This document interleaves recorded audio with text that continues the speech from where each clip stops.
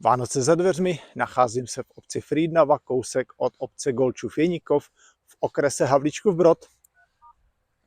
Tato zemědělská usedlost za mnou má ode dneška nového majitele, právě jsem se vrátil z předání. Pokud byste chtěli dopřát své nemovitosti, kterou již nemáte čas využívat, novou energii v podobě nového majitele, můžete se na mě obrátit, pomohu vám s prodejem. Za sebe osobně bych vám chtěl popřát hezké Vánoce, abyste je strávili s rodinou a přáteli. Jmenuji se Martin Šupler, realitní makléř.